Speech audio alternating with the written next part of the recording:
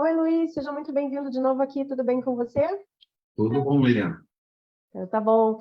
Então, hoje eu te chamei, e muito obrigada já por aceitar o convite, porque chega com muita recorrência nas minhas caixinhas uma dúvida que eu percebo que os advogados têm em relação à audiência trabalhista, que é a seguinte, Luiz: como que eu decido se eu vou pedir para o juiz ouvir a outra parte, e como que eu decido se eu vou ouvir uma, duas ou três testemunhas?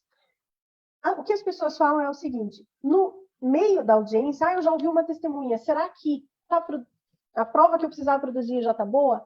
Chama a próxima, vai ter a cariação, qual o risco? Então, se você topar, eu queria ouvir qual a sua opinião sobre isso. Em relação às partes, quando que você pede para ouvir? Liliana, acho que tem muito da sensibilidade do advogado, né? E oitiva de depoimento pessoal. 99% dos meus processos eu quero ouvir a outra parte, Eu tá? também. Porque eu tenho fatos controvertidos que eu posso, às vezes, evitar a produção de uma prova testemunhal. E muitas vezes a gente consegue, tá? E muitas vezes a gente consegue isso. Agora, tem situações de que a gente demanda, por exemplo, uma empresa que manda um preposto profissional, que você já sabe que ele é profissional naquilo, que ele responde tudo de acordo, não faz sentido ouvir aquele Não. preposto, né? Agora, reclamante, para ouvir reclamante, sempre é bom, sempre é bom. Tem uma situação que talvez você possa ponderar, né? O seu preposto não inspira muita confiança, Aí. pode te trazer algum problema, e aí às vezes você chega lá na audiência e diz, doutor, quem sabe a gente não ouve as partes e vamos direto para as testemunhas. O advogado do outro lado não sabe que você está inseguro com o seu preposto e pode eventualmente topar isso. E aí é uma questão de estratégia, né? Agora, se você tem um preposto firme, um preposto que inspira confiança, eu não tenho dúvidas que ouvir o reclamante sempre é uma boa, tá? Então, regra geral, sempre ouvir a outra parte.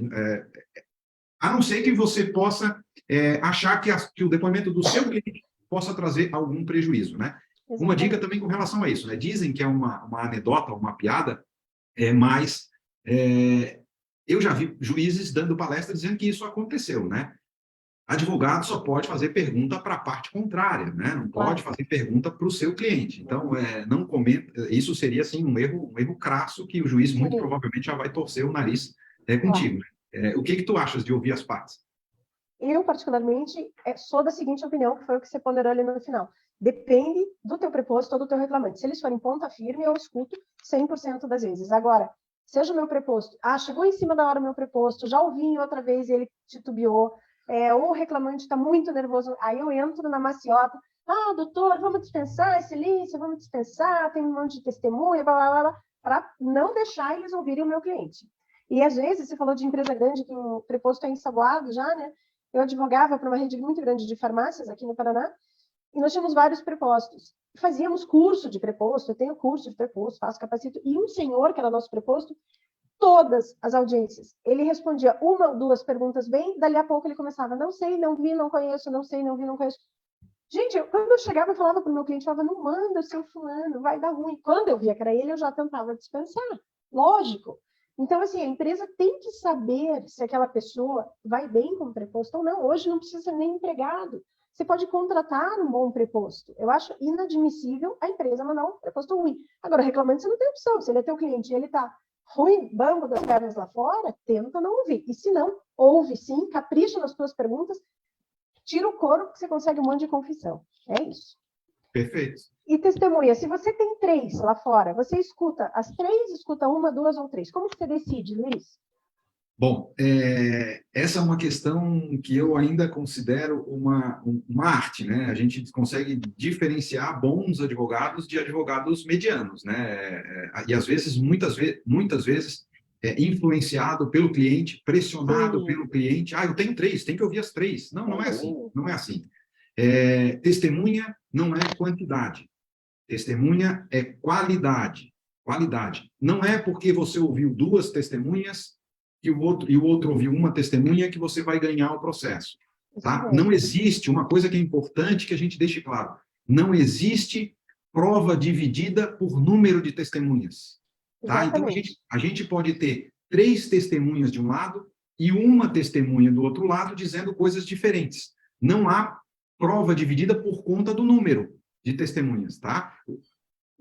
Não é que a empresa que ouviu 3 testemunhas vai ganhar o processo. Às vezes, aquela única testemunha da outra parte passou para o magistrado maior confiança, maior segurança na hora que deu o depoimento, e ele pode, sim, julgar em favor daquela parte, que aquela testemunha trouxe para ele um maior convencimento, né? Uma maior certeza quanto ao que estava dizendo no processo. Ouvir ou não ouvir uma segunda testemunha? Bom, eu tenho o ônus da prova. Eu convidei a minha testemunha. Ela foi lá, foi segura, foi certa, disse tudo o que eu precisava. Será que vale a pena ouvir uma segunda testemunha? É claro que não vale a pena ouvir uma segunda testemunha. Para reforçar o que a primeira disse? Não. Eu já falei aqui que quantidade não é sinônimo de qualidade. Quantidade, só para reforçar, não acho nada razoável. Até porque essa segunda testemunha pode vir e fazer uma lambança com o que a primeira disse. Ou colocar num confronto do juiz. Poxa, será que aquela que eu tinha achado tão segura, será que ela estava falando a verdade? E aí pode acabar estragando o teu processo. Então, eu não ouviria uma segunda testemunha para reforçar uma coisa que a primeira disse.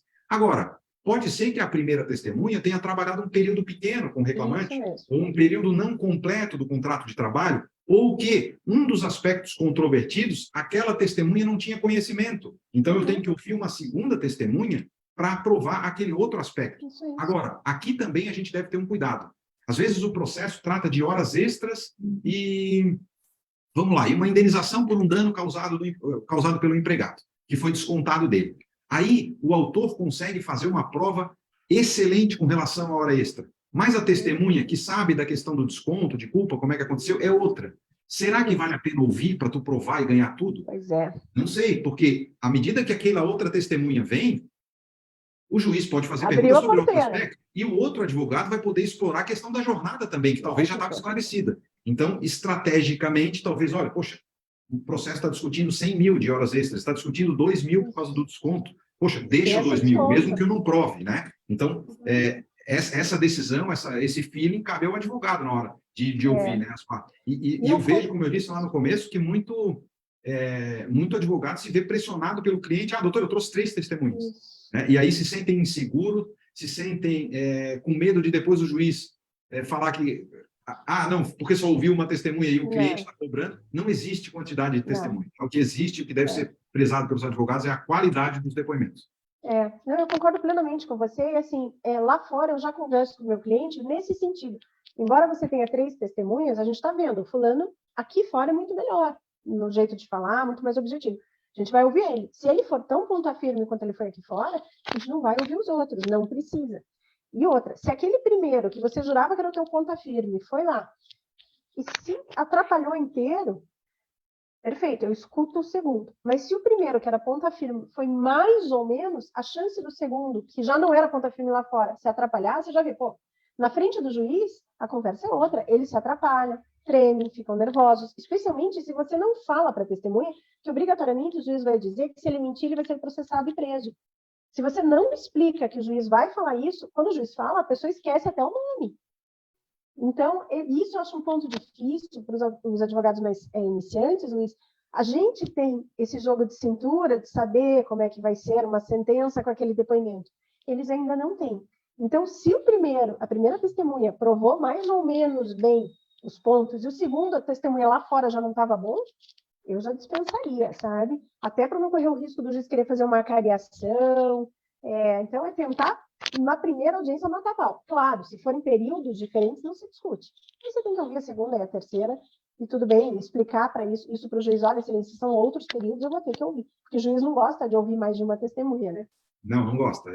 E vários indeferem, né? Doutora, para confirmar o que a outra já disse, eu vou indeferir. O que tu falasse a respeito de uma testemunha, a primeira que era para ser ponta firme, não foi, e eu quero ouvir uma segunda. Aqui a gente tem um outro problema, né?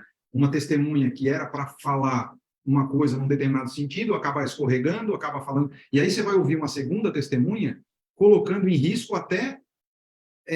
eventualmente uma delas está sendo responsabilizada por crime de falso testemunho, quando uma fala de um jeito e a outra fala de outro jeito, né? Então, uma outra dica que eu queria passar é o seguinte: não existe isso no processo do trabalho de eu vou guardar minha última testemunha que vai ser a lacradora, que vai ser definir o processo. Ao contrário, a melhor testemunha é a primeira, tá? A primeira, sempre. Você vai ponderar isso com relação ao tempo que trabalhou junto, a função que exercia, se era no mesmo local, se sofria as mesmas consequências do empregado, para daí você ver que aquela testemunha é mais, talvez o juiz dê mais valor no que ela for dizer, né?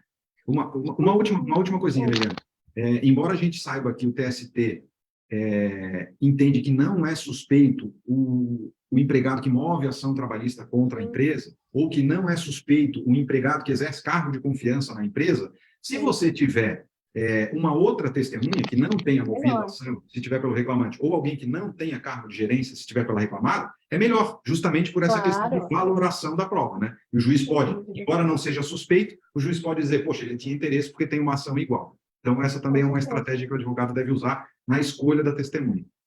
Perfeito, Luiz. Muito obrigada. E vamos seguir com mais orientações para os nossos colegas. Ótimo, Liliana. Muito obrigado. E vamos, quem quiser sugerir algum tema, sugerir perguntas, trazer suas dificuldades, suas experiências, vai ser um grande prazer conversar com cada um de vocês. Isso mesmo. Um abraço, Luiz. Obrigada. Valeu.